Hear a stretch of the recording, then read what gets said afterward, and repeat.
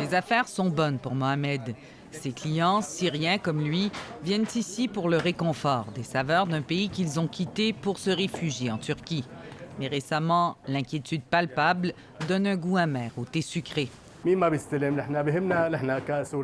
En Syrie, dit-il, nous disons que si notre eau est coupée, on arrête de boire sans se plaindre.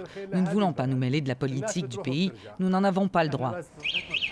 Il ne parle pas le turc, mais il sait bien que le sort des 3 700 000 réfugiés syriens en Turquie est au cœur de la campagne présidentielle.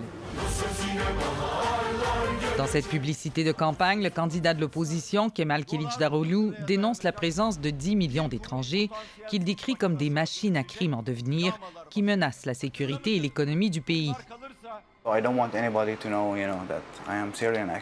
ne veux pas que l'on sache que je suis syrien, dit Ibrahim.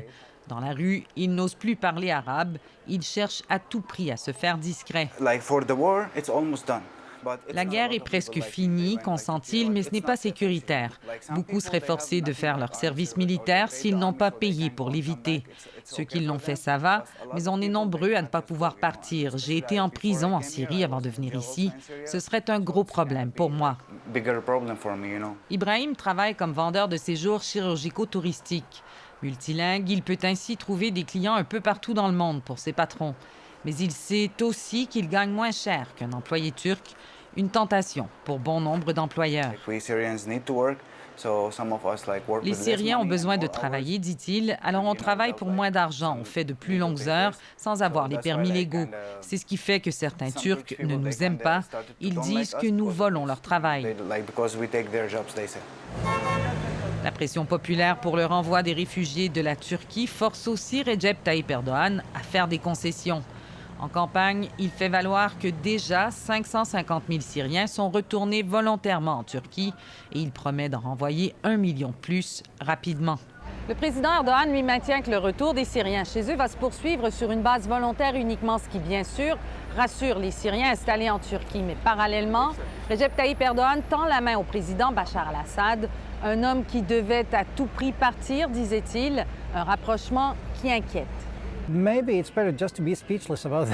Vaut mieux ne rien dire, dit Mahmoud, ça me laisse sans mots. Ça m'a choqué, et pas que moi. Ça me blesse droit au cœur.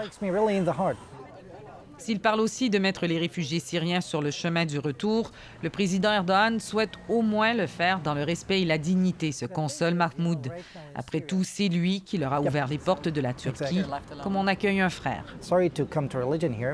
Je suis désolé de ramener la religion, dit-il, mais ce sont les gens religieux qui croient toujours que cette terre est ici pour tous les croyants. Vous venez ici, je suis musulman, vous êtes musulman, nous sommes des frères. Mahmoud, lui, pourra voter dimanche. Le professeur d'anglais fait partie des 220 000 personnes d'origine syrienne à avoir été naturalisées par la Turquie. Malgré sa déception, son choix en faveur du dirigeant islamo-conservateur reste une évidence. Ici Marie-Ève Bédard, Radio-Canada, Istanbul.